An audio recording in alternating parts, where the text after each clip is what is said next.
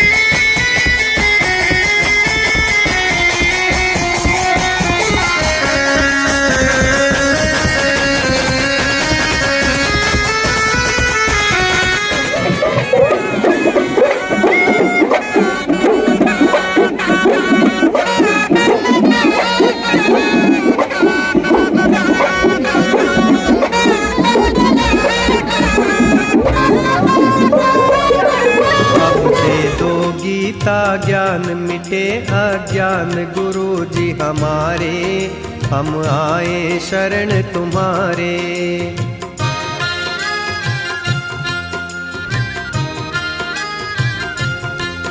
अब दे दो गीता ज्ञान मिटे अज्ञान गुरु जी हमारे, हम आए शरण तुम्हारे।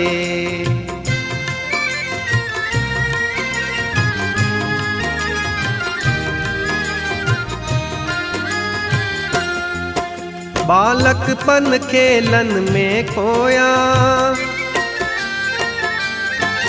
बालकपन खेलन में खोया, यौवन निद्रा में तू सोया।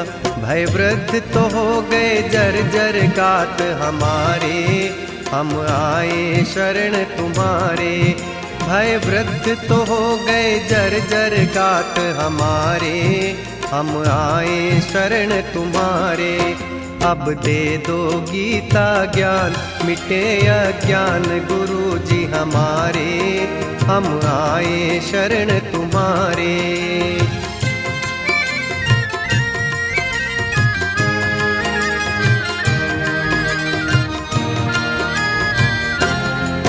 सुत मात पिता बांधव दारा, सुत मात पिता बांधव दारा, नश्वर संबंध है ये सारा। जाएंगे संग शुभाशुभ कर्म हमारे, हम आए शरण तुम्हारे। जाएंगे संग शुभाशुभ कर्म हमारे, हम आए शरण तुम्हारे।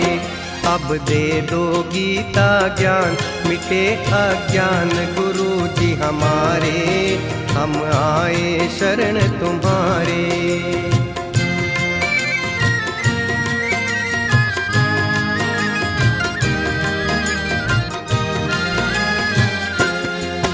हंस कर मैं जग की माया में, हंस कर मैं जग की माया में, दुख पाता था इस काया में। निज ज्योति से ज्योति जगाओ गुरु जी हमारे, हम आए शरण तुम्हारे। निज ज्योति से ज्योति जगाओ गुरु जी हमारे, हम आए शरण तुम्हारे। अब दे दो गीता ज्ञान मिटे अज्ञान गुरु जी हमारे, हम आए शरण तुम्हारे।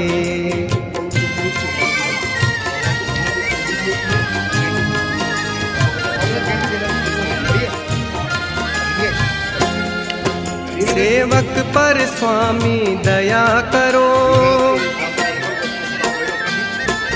सेवक पर स्वामी दया करो।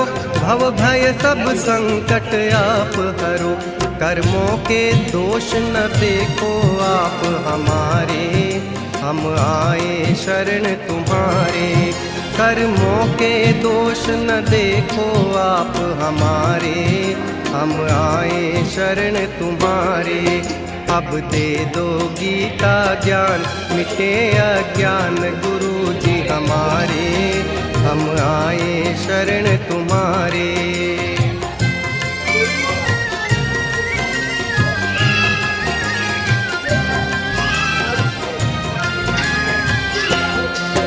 गुरु चरणों में यह अर्जी है, गुरु चरणों में यह अर्जी है, आगे प्रभु आपकी मर्जी। मेरा नाम रामा भाई, मैं संत श्री आसाराम जी के आश्रम से फरीदाबाद से। आज यहाँ गीता महोत्सव का प्रथम दिवस है, जिसमें आज के मुख्य अतिथि नरेंद्र गुप्ता जी रहे। सारी प्रदर्शनी का अवलोकन किया। हमारे यहाँ पर इस प्रदर्शनी में वो आए और उन्होंने सारा अवलोकन करके बड़ी पूरी प्रशंसा की, क्योंकि आज गीता के ज्ञान की आवश्यकता सभी को है, बच्चों को है, बड़ों को है, युवाओं को है, वृद्धों को है, सभी को है।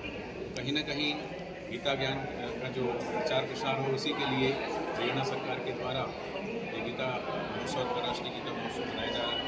अभी तो ये हरियाणा में मनाया जा रहा है, लेकिन आने वाले समय में पूरे देश और विदेशों में ये गीता का ज्ञान जन जन तक पहुँचे, उसी के लिए प्रयास है। आज देख रहे हैं कि आज फरीदाबाद में बहुत सारी संस्थाएँ यहाँ पर अपने अपने संस्था का रही देखा गया कि आपके सरकारी स्कूल की छात्राएं भी आपके इसका स्टॉल पर आए और उन्होंने जानकारी ली। क्या जानकारी ली, क्या बच्चों को आपने संदेश दिया? ये 3 दिवसीय जो यहाँ पर उत्सव मनाया जा रहा है, इसमें सरकारी और गैर सरकारी स्कूलों के बच्चे भी आ रहे हैं और उसकी प्रदर्शनी का अवलोकन कर रहे हैं। तो कहीं ना कहीं प्रदर्शनियों के माध्यम से बच्चों के अंदर जो संस्कार जाएंगे, उनके भीतर ये संस्कार आए, इसीलिए ये एग्जीबिशन और इस तरीके के महोत्सव मनाए जाते हैं। फरीदाबाद जिले से बहुत सारे बच्चे, बहुत सारे स्कूल के बच्चे आकर के प्रदर्शनी का अवलोकन किया और बहुत सारी चीज़ें उन्होंने नोट करके हमने करी। आज जो बीमारियाँ इतनी बढ़ गई, क्योंकि सबको किसी को पता ही नहीं है कब हमें खाना खाना है।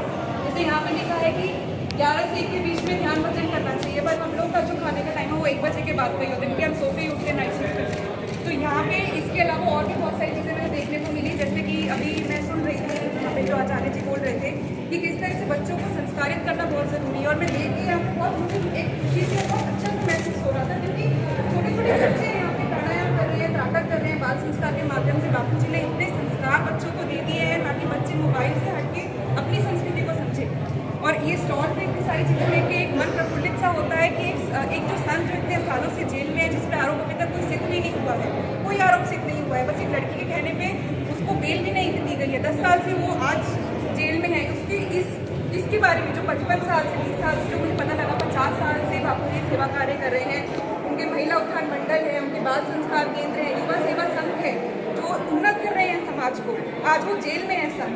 ये कार्यक्रम मीडिया क्यों नहीं दिखाती है? उनके इन सेवा कार्यों के बारे में मीडिया की बात नहीं करती है। तो हम सबको एकजुट होना होगा। इन संघ के प्रति जो अत्याचार हो रहा है उसकी आवाज़ हमें उठानी होगी, और हम लोगों को इन सब के माध्यम से, इन स्टॉलों के माध्यम से संदेश देना चाहेंगे आप अपने स्कूल के लिए?